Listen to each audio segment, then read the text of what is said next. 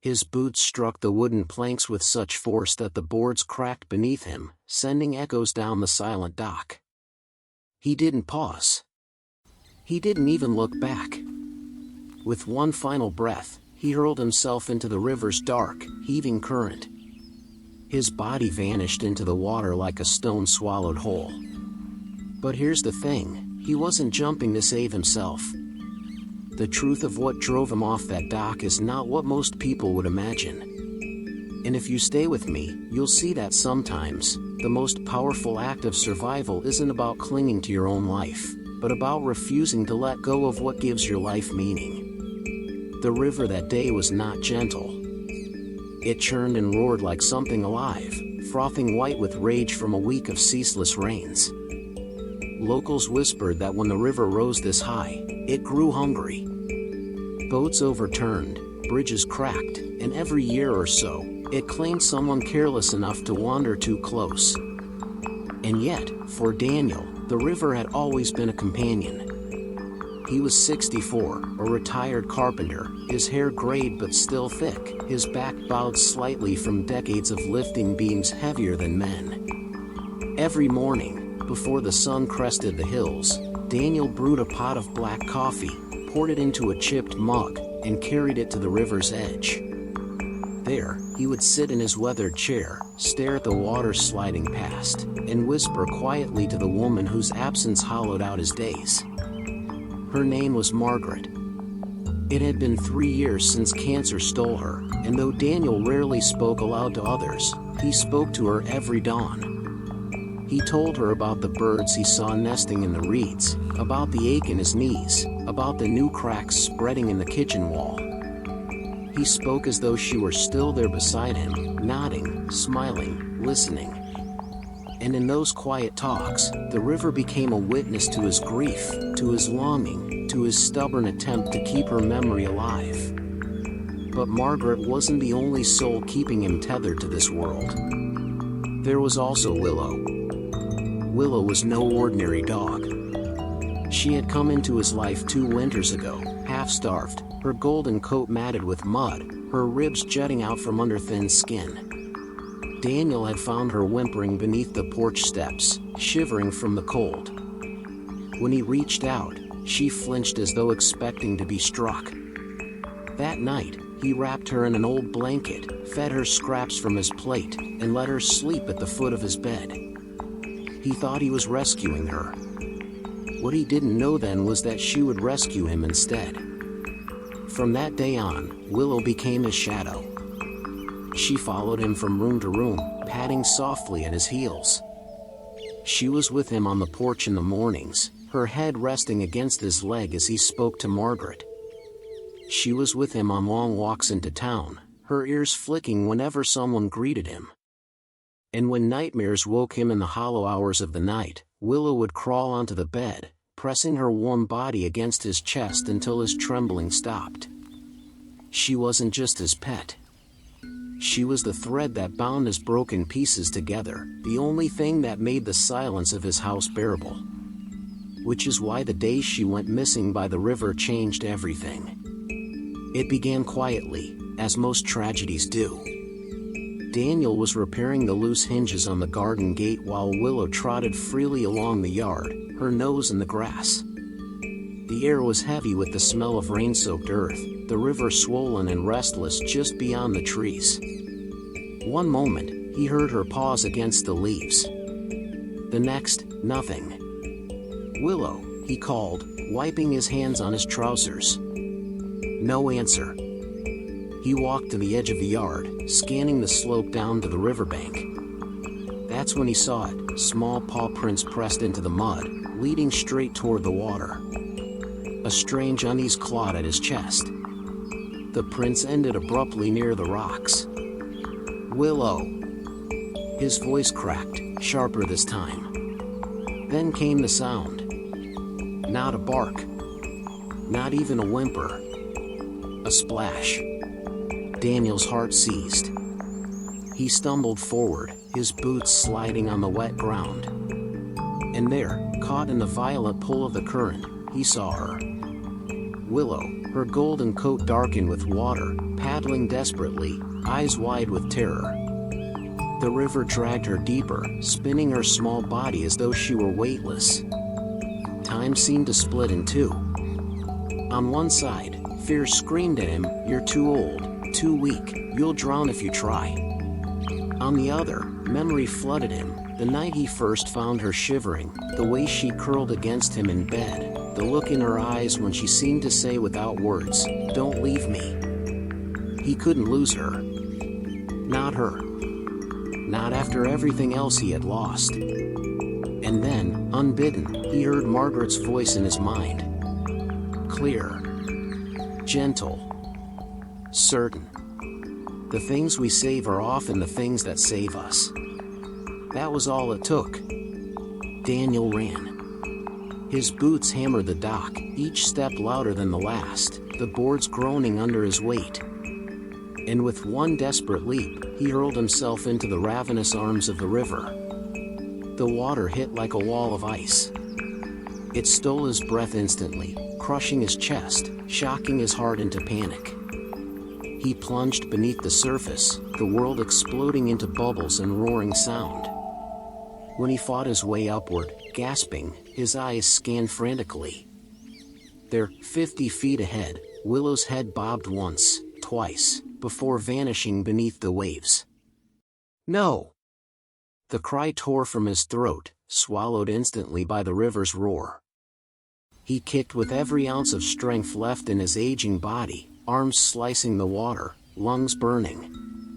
His legs screamed in protest, the weight of years anchoring him down. But still he pressed on. And then, something glinted beneath the surface. He dove, his eyes stinging in the murky swirl. What he saw made his blood run cold. Willow wasn't just drowning. She was trapped. Her hind legs snarled in a knot of fishing nets tangled with metal hooks, dragging her down deeper and deeper. Daniel's mind reeled. He could barely hold his own breath, let alone free her. His hands clawed at the knots, slicing his palms against the sharp wires. Willow's eyes found his, wild, pleading, desperate. This wasn't just a rescue. This was a test. A test of how much one life could mean to another. And though every bone in his body screamed at him to let go, Daniel knew there was no choice. Not really. Because sometimes, a man doesn't leap into a river to save himself.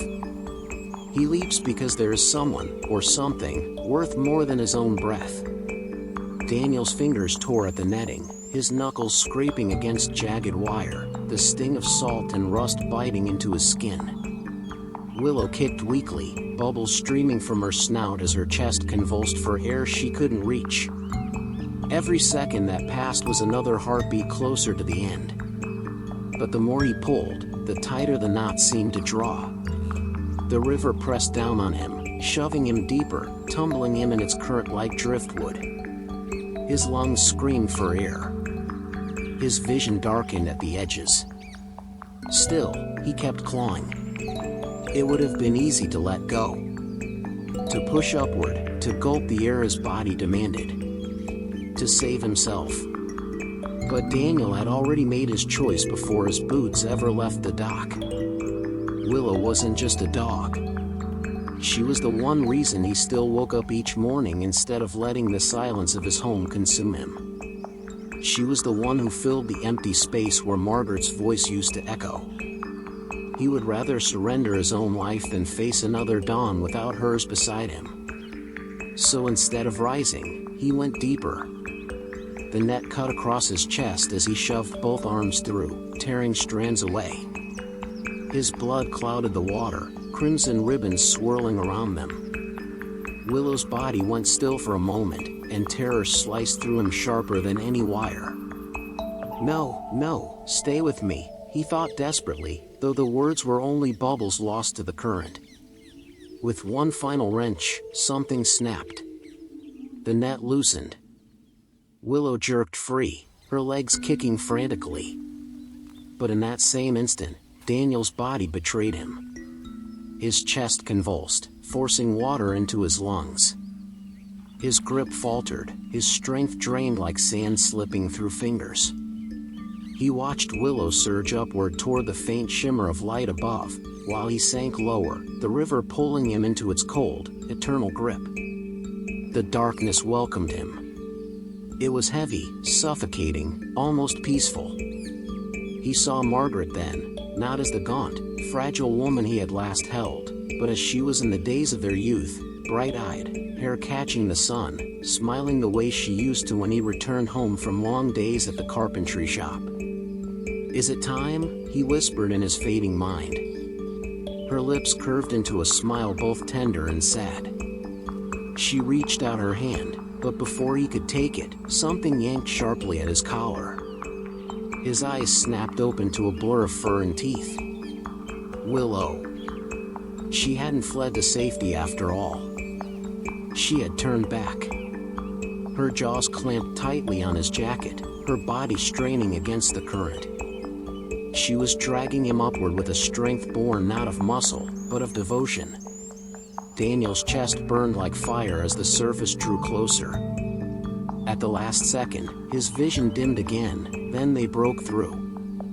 Air tore into his lungs in ragged, desperate gasps. He coughed violently, choking, spitting, clinging to the faint miracle of breath. But the river wasn't finished with them. Waves slammed against his head, dragging him back under, hurling him into floating branches and jagged debris. Willow yelped, but still refused to release her grip. The current swept them downstream, faster, faster, toward the bend where the water narrowed and rocks jutted out like fangs. If they hit, it would all be over. For a moment, Daniel thought it truly might be his end.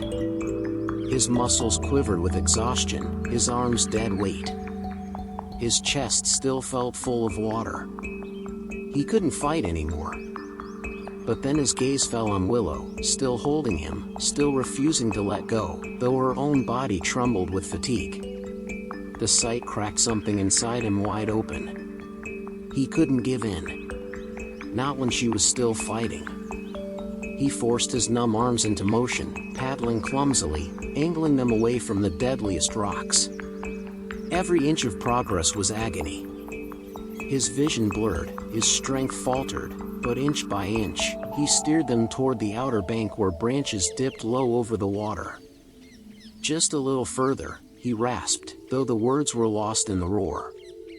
And then, miraculously, his outstretched hand closed around a thick branch. He clung to it with the last scrap of his will, his nails digging into the bark. With a heave born from sheer desperation, he hauled Willow against the branch too. She scrambled up, claws finding purchase, whimpering with exhaustion. Together, half drowned and trembling, they clung to the edge of life. Time blurred. The storm roared around them, the river raged beneath them, but Daniel no longer heard it. His world narrowed to the sound of Willow's wheezing breaths and the hammer of his own heart. He thought of Margaret again. Of her soft voice whispering across the years, "The things we save are often the things that save us." She had been right.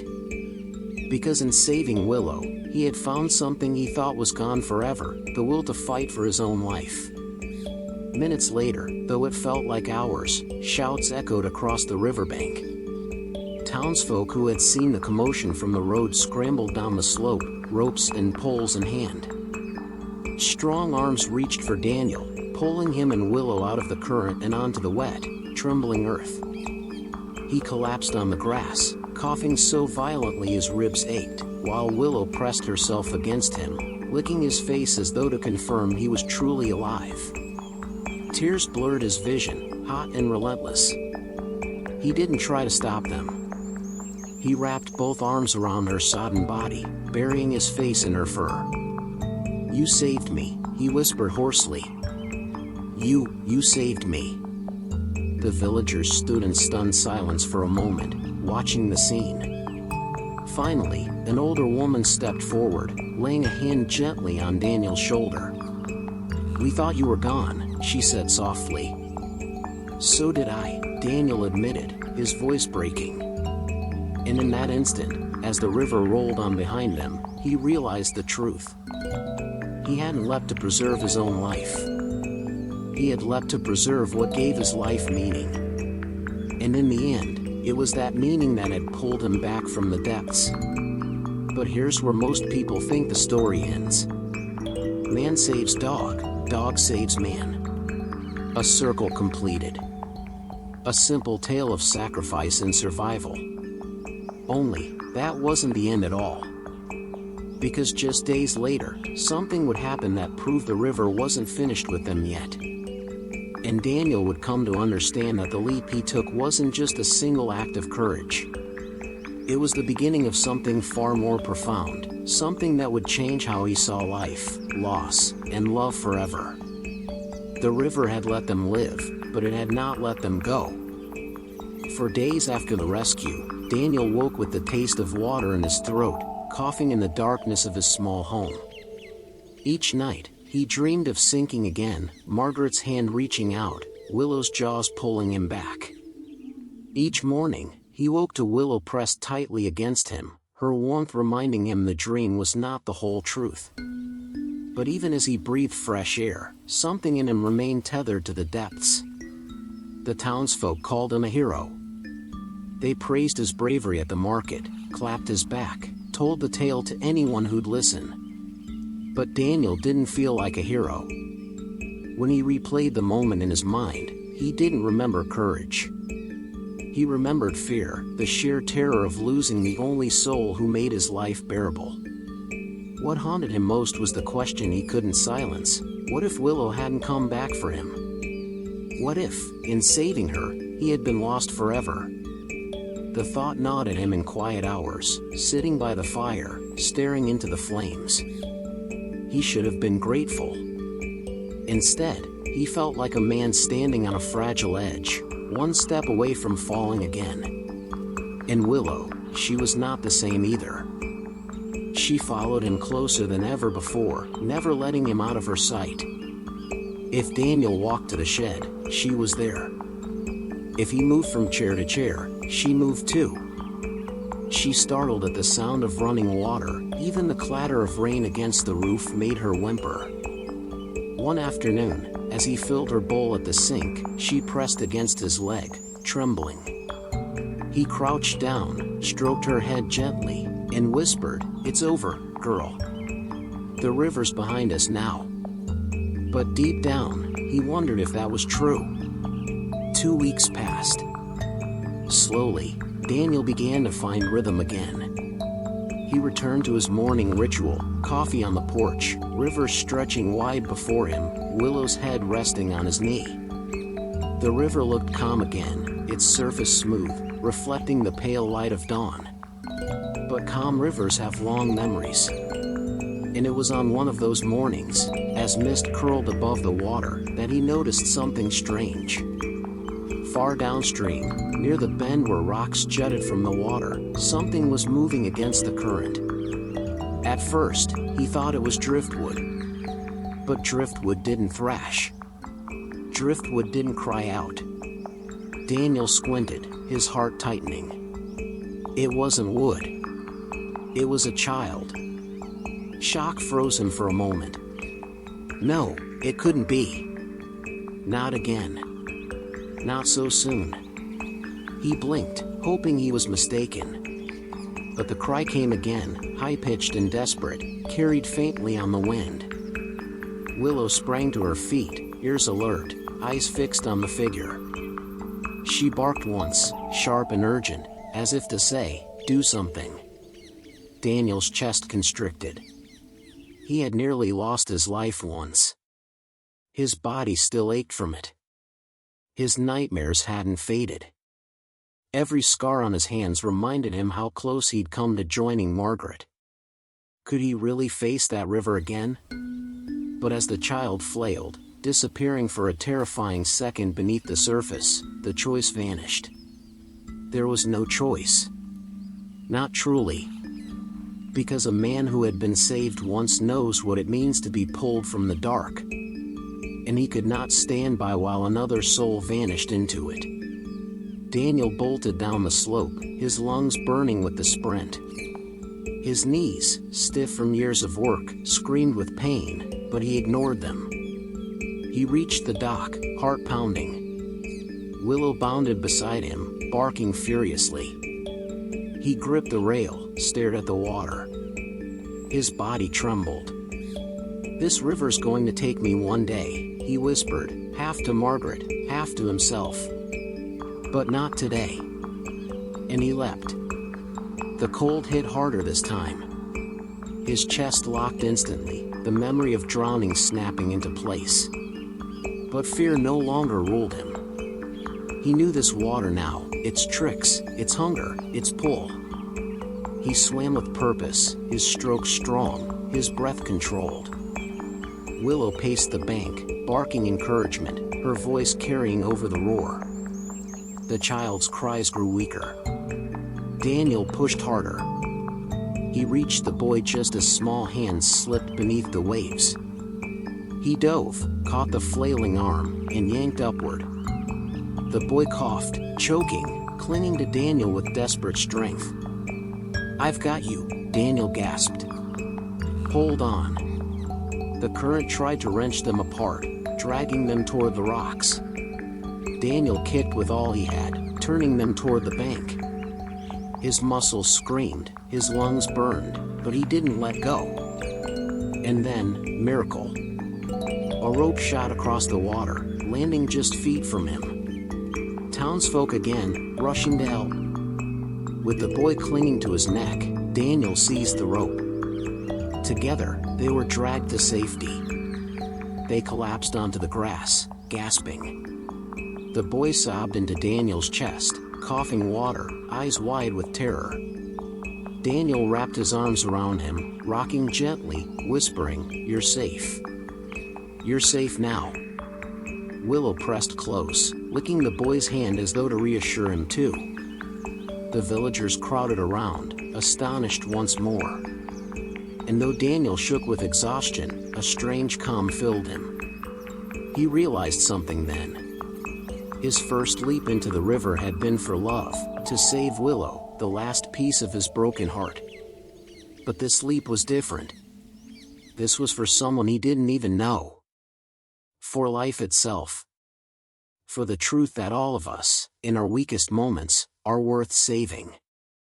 That night, as Daniel sat by the fire with Willow curled against him, the boy's face still fresh in his mind, he whispered to Margaret again. "I thought I'd been living just to keep going. But maybe I'm still here to do more than that. Maybe I'm here to pull others back, the way Willow pulled me." And in the crackle of the fire, in the stillness of the night, he almost swore he heard her voice again, soft and sure. "Yes, Daniel. That's exactly why." But the river was not finished. Not yet. Because the next storm was already forming far upstream, where the mountains melted into clouds. And when its waters came rushing down, Daniel and Willow would face a test greater than either of them could imagine. And this time, it would not only be lives at stake. The storm came without warning. Clouds gathered over the river in a slow, silent march, turning the morning light gray and heavy. Birds vanished into the trees, and the wind whispered warnings that only the oldest fishermen seemed to understand. Daniel sensed it even before the rain began, a primal tug, as though the river itself was holding its breath, waiting for the moment to strike. Willow pressed close against his legs, ears flat, eyes wide with unease. Daniel stroked her head, though he felt it in his own chest. This was no ordinary rainstorm. Something deeper, something ancient, was moving through the water. By midday, the river had transformed. Calm edges were gone, replaced by turbulent gray swells that rolled and crashed against rocks. Logs and debris drifted violently downstream. The currents twisted and surged in unpredictable patterns. The water didn't just flow, it demanded attention, respect, fear. Daniel knew these waters intimately. He had walked their banks, fished in the quiet stretches, and sat by them during mornings filled with coffee and remembrance. But this was something else entirely. And he wasn't alone in feeling it. The town's children were kept inside, teachers and parents herding them away from the banks. Boats were secured, nets pulled in, and warnings shouted across town. Yet the river was patient. It waited for mistakes, for hesitation, for moments of distraction. Daniel tried to focus on routine. He repaired the loose boards on the dock, cleaned Willow's bed, and watched the water with careful eyes. But the memory of the boy, saved only days ago, lingered like a shadow over every moment. He had felt that primal panic, that edge of death clarity. He had promised himself he would never be caught unprepared again. Yet fate does not wait for promises. It started subtly. A single wooden crate, dislodged from some upstream pier, floated past the bend. Daniel noticed it, stepped forward, and grabbed a rope tied to the dock, pulling it in. The current tugged back hard, as if mocking his effort. Then another object appeared, a small rowboat, overturned, smashing against a protruding rock. Water spilled over it, rolling and spinning. And then Willow froze. Her hackles rose. Her low growl vibrated through Daniel's knees. He followed her gaze downstream. There, tangled among floating debris, something moved. Not log, not driftwood, but a small, struggling form. A dog. A golden retriever. Its fur plastered to its frame, eyes wild with terror. Daniel's stomach tightened. He knew that look. He had been there before. Without hesitation, Daniel launched a boat into the swollen current. Willow barked furiously, circling the bank, urging him on. Each stroke of the oars was a battle. The water pushed back, dragging the vessel sideways, threatening to capsize it. But he moved with purpose, muscles aching, mind sharp. The dog struggled, wedged against a floating log, water pressing around it. Daniel leaned over, grabbing at its collar. The current fought him, tossing him like a toy. His arms burned, his chest heaved. And still, he pressed on, driven by memory, by love, by the weight of knowing what it felt like to lose something precious. And then, just as he reached the dog, something hit the boat with a force that sent Daniel tumbling into the cold, gray water. He emerged gasping, coughing, fighting to stay upright in the raging current. Willow's frantic bark sounded like a lifeline from the bank. Daniel's lungs burned, muscles screamed, but he didn't falter. He reached the struggling dog, wrapping his arms around it as the river tried to pull them both under. And then he saw it, a tangle. Metal wire, rope, branches, all wrapped around the dog, dragging it down. The river demanded everything. Daniel's first instinct was to panic. He had barely recovered from the last rescue. His body ached from months of wear. His fingers were still scarred from the nets. But as he looked into the dog's eyes, something inside him shifted. He remembered Willow. He remembered the boy. He remembered the leap that had almost cost him his life, and how he had clung to hope because there was something worth fighting for.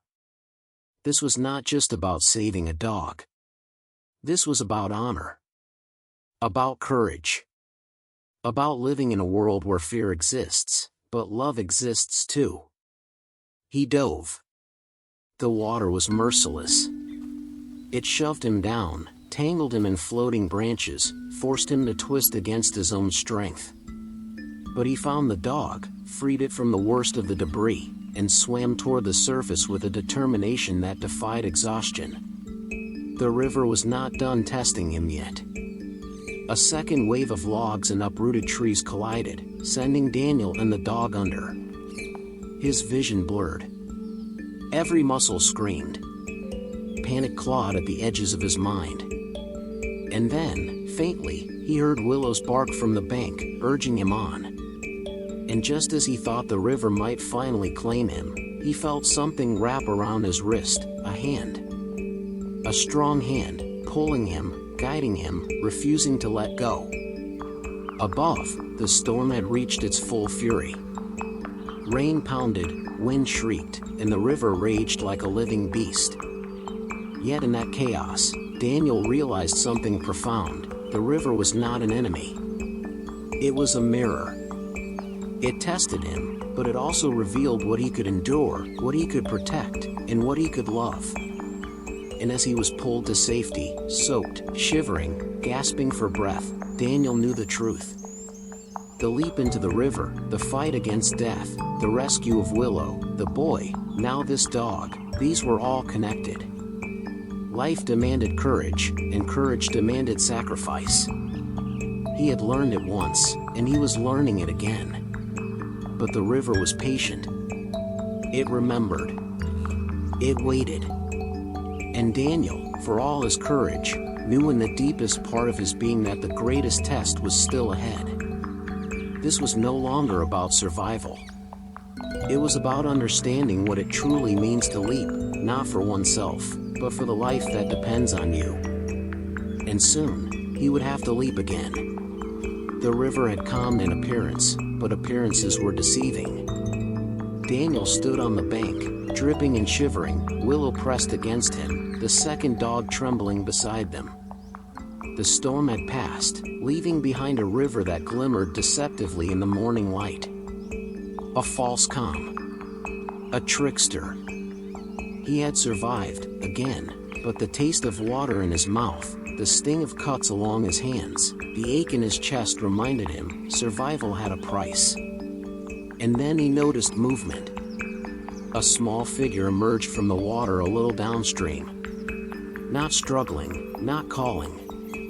Just watching. Eyes wide, assessing. It was the boy from days ago. He had returned. Alone. Daniel's chest clenched. How could he be here? Was the river calling again? Was this some cruel trick? Willow growled low in her throat, hackles rising. Daniel put a hand on her head, whispering, "Easy. Easy. Let's see first." But before he could react, the boy stepped too close to the riverbank's edge. A slick, hidden rock betrayed him. One foot slipped. Then another. The boy tumbled toward the river. Daniel's heart slammed. Time slowed. Years of fear, of struggle, of near-death moments, condensed into one instant.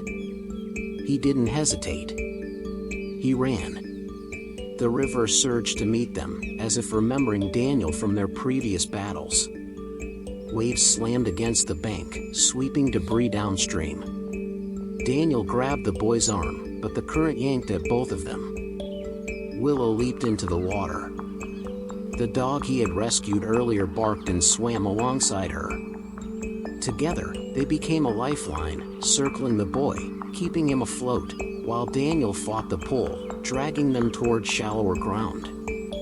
The current was merciless.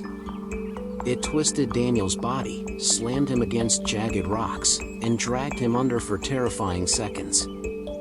He clawed at the riverbed, gasping, lungs filling with the taste of mud and water. Panic clawed at Daniel's mind, but a memory surfaced, sharp and unwavering, the first leap for Willow. The leap that had nearly cost him everything. The lesson he had learned then: courage is not the absence of fear. Courage is acting despite fear. He pushed upward, breaking the surface, hauling the boy over his shoulder, Willow biting at his jacket to guide him to safety. Another wave came. It smashed him against debris, nearly knocking him unconscious. The boy's small body slipped from his grasp. Daniel's fingers closed around his jacket just in time. The river tried to drag them apart, tried to swallow both of them whole. And Daniel understood something essential. Survival alone was not enough. To survive, to truly honor life, he had to reach beyond himself.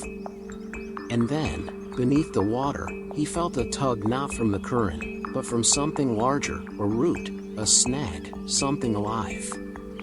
Something pulling him deeper. Daniel's mind raced. He couldn't give in. He would not. He had survived once, twice. He could survive again, but only if he acted not for himself, but for the boy, for the dogs, for the lives depending on him. He dove, free of panic, relying on muscle memory and instinct. He disentangled the boy from a floating branch, freed Willow and the second dog from tangled debris, and fought his way toward the bank.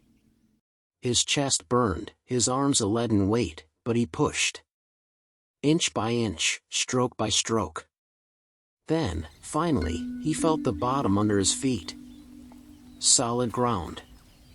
His knees buckled, but he forced himself upright. Behind him, the river churned and hissed, as if disappointed at its inability to claim him. The boy coughed violently, sputtering, shivering. Willow pressed against him, licking his face, barking encouragement.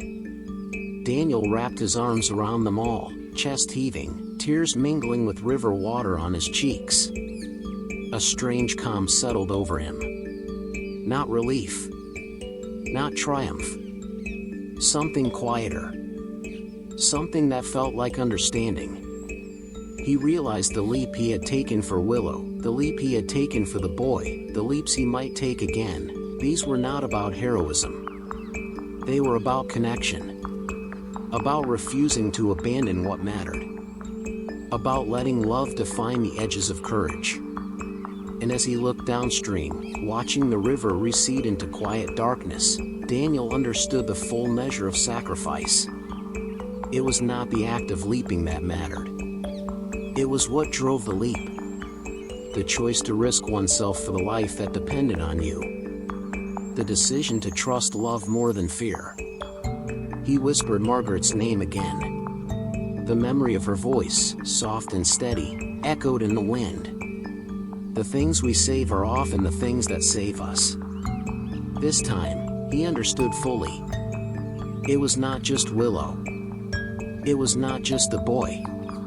It was all of it. Every life intertwined. Every heartbeat shared.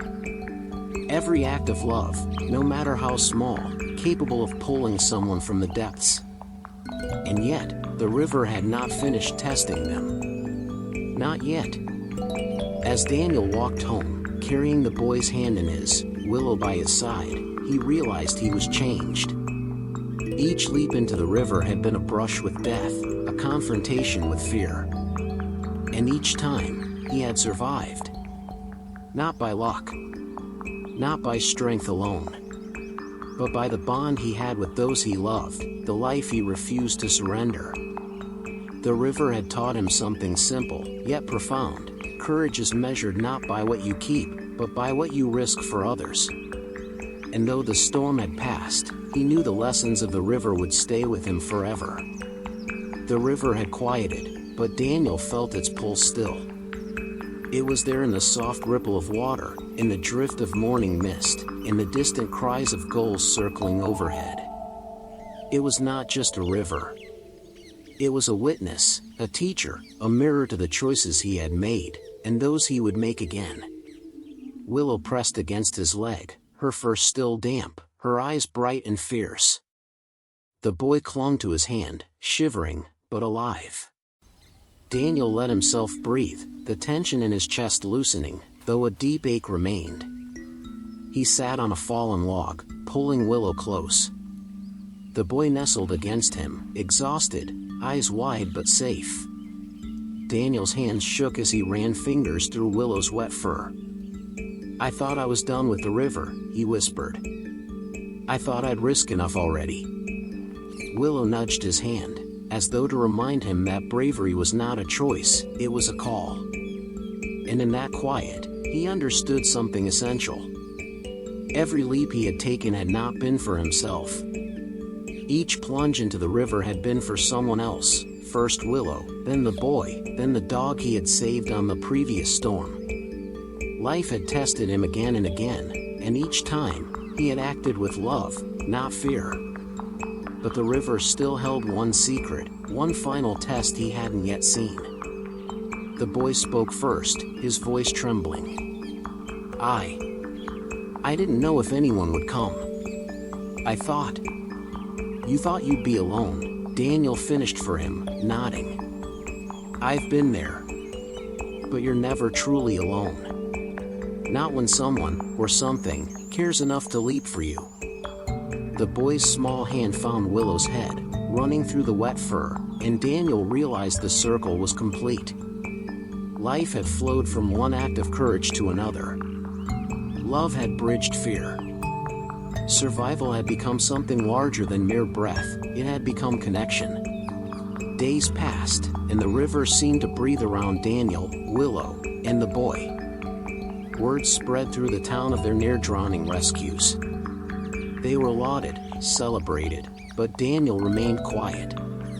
The lessons were his alone. He returned to his porch, coffee in hand, Willow curled against his knees. The boy occasionally visited, eyes wide with admiration, asking questions Daniel could answer only with stories of courage, love, and sacrifice. And in those moments, Daniel understood the river's gift. Survival was not about clinging to life, it was about using life to protect, nurture, and inspire. But then came a twist, subtle and unforeseen. One evening, as the sun bled pink across the horizon, Daniel noticed the water shifting unnaturally. The calm surface rippled in a strange rhythm. Willow stiffened.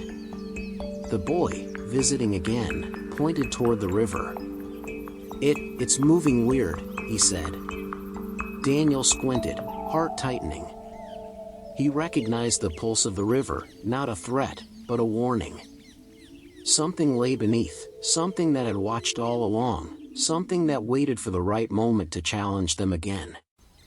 And Daniel realized, he had survived the past storms, yes. But he had not yet faced the river's true test. He turned to Willow, letting his hand rest on her head. It's not just about jumping, he whispered. It's about knowing why you jump. About holding on to what matters, even when the world wants to pull you under. The boy watched him, absorbing the lesson. I'll remember that, he said softly. And Daniel smiled. Yes, the river had tested him, nearly claimed him, demanded everything. But in return, it had taught him the deepest truth: courage is not measured by survival.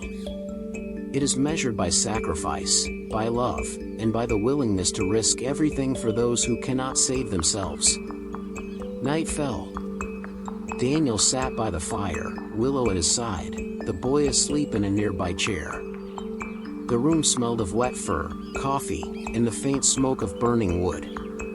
He reflected on the journey, the leaps into icy water, the pulls from death, the moments of terror and triumph. He had jumped into the river not for himself, but in doing so, he had found the courage to live more fully than he had imagined possible. Each act of sacrifice had strengthened him, each risk had deepened his understanding of love and connection. And just as he closed his eyes, letting exhaustion wash over him, a whisper of wind carried a sound from the river outside, a ripple, a splash, a reminder that the story was not over. Daniel opened his eyes, Willow stirring beside him. He smiled, knowing the truth: the river would always test them. Life would always demand courage. And yet, they would face it together. Because sometimes, survival is not enough. Sometimes, you leap, not to save yourself, but to save what matters most. And sometimes, the river rewards that courage in ways you never expect. The river lay calm at last, silvered by the pale morning sun, but Daniel felt its pulse in every breath he drew. It had been weeks since the storm, weeks since the final rescue of the boy, weeks since the river had almost claimed him again. Yet its presence lingered, not as a threat, but as a reminder of what courage demanded, what love required, and what it truly meant to leap. Willow lay beside him, her head resting on his knee. She had grown quieter, almost reflective, since the final rescue. Her eyes followed the slow drift of water, ears twitching at sounds only she could hear. Daniel patted her head, feeling the warmth of her fur beneath his calloused fingers. She had saved him once, and he had saved her countless times in return, but perhaps the greatest act of all had been teaching him what it meant to care beyond himself. The boy arrived that morning, unannounced but not unexpected. His small steps crunched softly on the gravel path.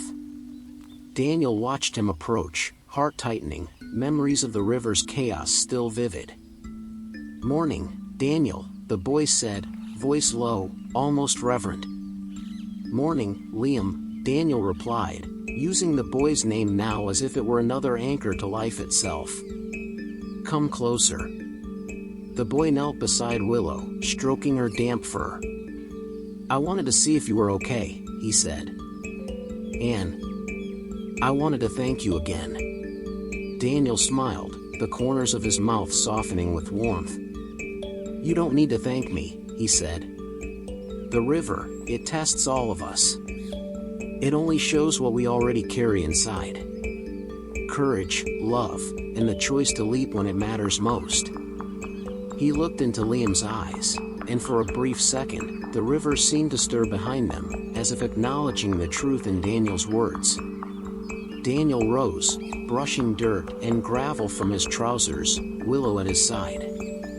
He walked to the water's edge, gazing down at the silvered surface. Memories of his first leap, of the boy and the second dog, of being pulled beneath the current, each flashed through his mind in vivid clarity. He could almost hear Margaret's voice, gentle and steady. "The things we save are often the things that save us." He had said it once, whispered it into the wind. And now, standing at the riverbank, he finally understood it fully. Every leap had been an act of love. Every act of love had been a saving grace. And every saving grace had brought him back to life in ways he had never imagined. But the river still held a subtle lesson. A small ripple, a whisper of current, reminded him that life would always present challenges. That courage was never a one-time act. That sacrifice was not a chapter to close but a thread woven into every day. He turned to Liam. "One day, you'll face a river like this, not always literal, sometimes inside yourself. And when that happens, you'll have to decide who, or what, is worth the leap." Liam nodded, understanding more than words could convey. "I think I already do," he said. Daniel patted his shoulder. "Good. That's all anyone can hope for." And just as they prepared to leave the riverbank, Willow stiffened. Her eyes flicked to something in the water, a shadow, fleeting, almost imperceptible. Daniel's breath caught. He realized the river still remembered him. Still held stories to tell. Daniel and Liam walked back along the path, Willow trotting faithfully beside them. Each step felt lighter, yet charged with awareness. Life was fragile, yes, but it was also resilient. Love was its lifeline, courage its guide. And every leap taken in service of another, that was the truest measure of living. That evening, as Daniel sat on his porch with Willow resting her head on his lap, he reflected on all that had transpired. The river had tested him, yes.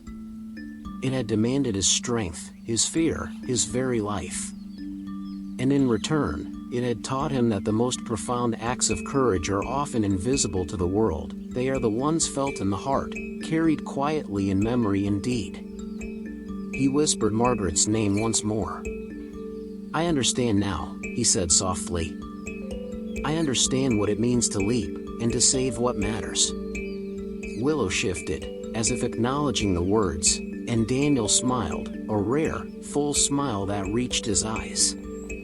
The river flowed on behind them, calm and unassuming, but Daniel knew better. Its lessons were endless. Its tests would come again, in forms seen and unseen. And he was ready.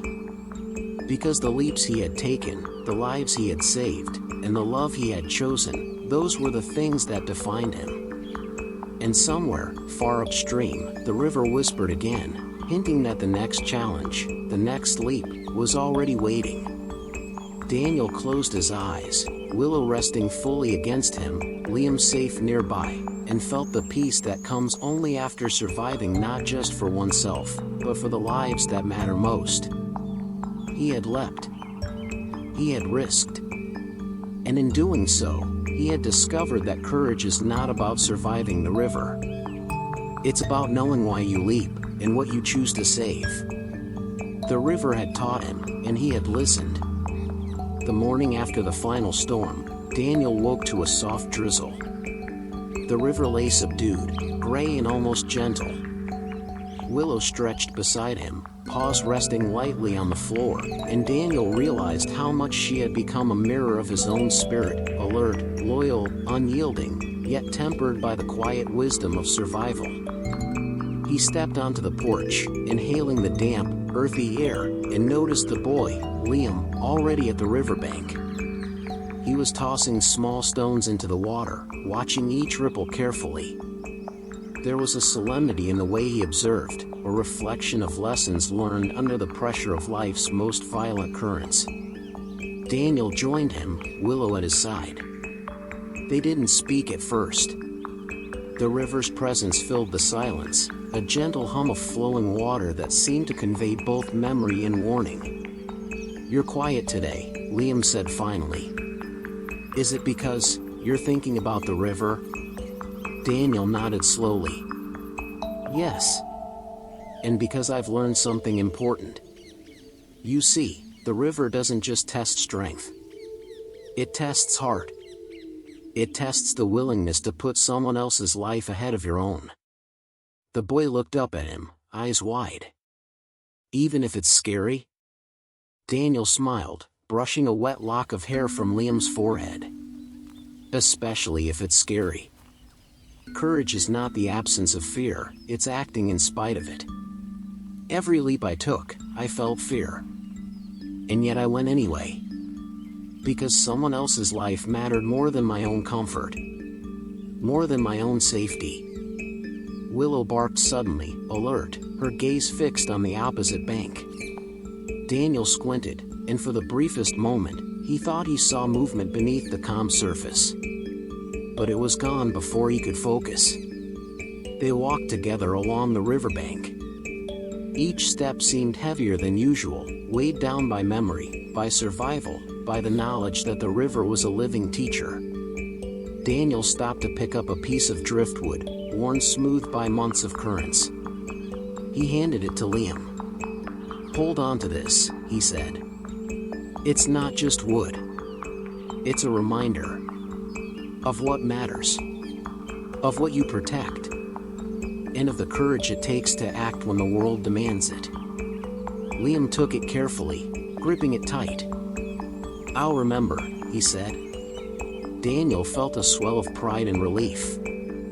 Not because he had survived the river again, but because the boy had understood its lesson. Bravery is measured not in isolation, but in the lives you save along the way. Later that afternoon, Daniel sat beneath a willow tree by the river, Willow resting her head on his lap, Liam seated nearby. A hush had fallen over the water. The storm's chaos was gone. The river, for now, offered peace, but Daniel knew it was only temporary. Its lessons would never truly end. He looked at Willow. "You saved me once," he said softly. "And I saved others, but the truth is, it's not about who saves whom. It's about the choices we make, and the lives we protect along the way. That's what matters." Willow rested her head, eyes half closed, as if she understood perfectly. The boy nodded silently, absorbing the weight of the words, the rhythm of the river, the quiet dignity in Daniel's voice. And just as the sun broke through a patch of clouds, reflecting like liquid gold on the water, a small shadow darted beneath the surface, a subtle ripple, a reminder that the river still remembered, that it still held mysteries yet to reveal. Daniel rose slowly, brushing off his trousers, Willow following faithfully. "We can't control the river," he said, "but we can choose how we respond. We can choose to act when it matters most. We can choose love over fear, courage over hesitation." Liam looked up. "So, if something happens again, I know what to do." Daniel smiled, resting a hand on his shoulder. "You do. And so do I. But always remember, leaps aren't about proving yourself. They're about protecting what matters, even when it scares you. That's the true measure of a leap." As the day waned, Daniel returned home, Willow at his heels, Liam waving goodbye. The river behind them was calm but alive with memory. Each ripple was a reminder of what had been faced, each shimmer a testament to the courage and sacrifice that had defined the days past. He sat on the porch, hands resting on Willow's soft fur, and felt a profound sense of completion. Not relief, not triumph, but understanding. The river had tested him repeatedly, but it had given him something far more valuable than survival: perspective, empathy, and the knowledge that every act of love has its echo. And just as the night fell, a faint splash sounded from the river, a reminder that stories never truly end, that lessons remain, and that the next leap may be closer than he thinks. Daniel leaned back, Willow resting her head on his knee, eyes half closed. He whispered, almost to himself, "I understand now. I know why I leap. And I know what I choose to save." He looked out over the calm water one last time that night, the stars reflecting softly on the surface. Somewhere, far upstream, the river carried the memory of all their leaps, all their choices, and all the courage that had been born from fear. And Daniel smiled, quietly, knowing that while the river may test them again, the lessons of love, sacrifice, and courage would always remain. Night had settled over the town. The river reflected moonlight like liquid silver, calm now, but Daniel knew better than to trust its peace entirely. He sat on his porch, Willow at his side, head resting on his knee. The events of the past weeks played through his mind, vivid as if they had happened yesterday: the first leap, the boy, the dog, the storms, the relentless pull of the river. Every moment had tested him. Every moment had demanded sacrifice. And every moment had taught him what it meant to truly live. He thought back to the first rescue. How fear had gripped him, how panic had nearly drowned him. Yet in that same moment, a deeper instinct had taken over: love. The choice to leap, not for himself, but for Willow. That act had set everything into motion. Every subsequent rescue, every confrontation with the river, was a reflection of that same principle. He had learned that courage isn't born in isolation. It is forged in the presence of someone, or something, that matters more than yourself. And as he traced the memory, a faint ripple disturbed the calm surface of the river, almost imperceptible, but enough to remind him that life's lessons never end. The boy, Liam, had come to understand it too. Daniel had watched him grow braver in small ways, speaking up when it mattered, protecting Willow, facing fears he hadn't known he had. And Daniel realized the true legacy of courage isn't measured in the leaps you take for yourself, it's measured in the lives you shape through those leaps. He looked at Willow, her golden fur illuminated by the moon. She had taught him more than he could have imagined. Her loyalty, her instinct to protect, had reminded him that love and courage are inseparable.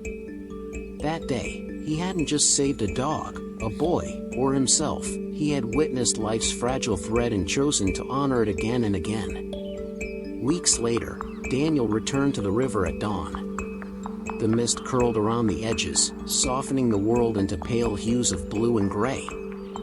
He stood at the edge, Willow beside him, and tossed a small stick into the water. She leapt eagerly, catching it midair, then returned to him with the same unyielding devotion he had come to rely on. And as he watched her, Daniel understood the deepest truth: life's challenges will always come, often unexpectedly. Rivers will rise, storms will crash, and fear will demand your surrender. But courage is measured by your willingness to leap, not for glory, but for love. A subtle flash of movement in the far riverbank caught his eye, a shadow, fleeting, yet unmistakable. The river remembered. And Daniel knew, with a quiet certainty, that while today was calm, tomorrow could demand another leap. He knelt by the water, letting his fingers brush the smooth surface. It was the same river that had almost claimed him, yet it was also the river that had given him clarity, purpose, and the chance to discover courage in its purest form. "I understand now," he whispered to Margaret's memory, Willow's warmth at his side. "I know why I leap. And I know what I choose to save." The river lapped gently at the shore, as if agreeing. It had tested him. It had demanded everything. And it had shown him the rewards of living fully, loving fiercely, and acting selflessly. Night deepened. Liam's visits became regular, and together they often sat quietly, learning from the river's rhythm, observing Willow, and speaking in hushed tones about lessons learned. Daniel realized that the river's ultimate gift was not fear or challenge, it was reflection. It offered the chance to understand one's values, one's capacity for love, and one's courage under pressure. He glanced at the river one last time that night. Its calm surface reflected the stars, serene and beautiful, but Daniel knew it still held mysteries. Shadows beneath its depths hinted at future trials, but he no longer feared them. He had learned that courage is not the absence of risk, it is choosing to act despite it. Retention bomb/final open loop, and as the gentle night wind stirred the water, he felt it, the whisper of another challenge, another test, waiting just upstream. Daniel leaned back, Willow resting fully against him, Liam safe nearby, and a quiet sense of peace settled over him. The leaps he had taken, the lives he had saved, and the courage he had discovered in himself had shaped a story far greater than any one rescue. He knew the river would call again. And when it did, he would leap.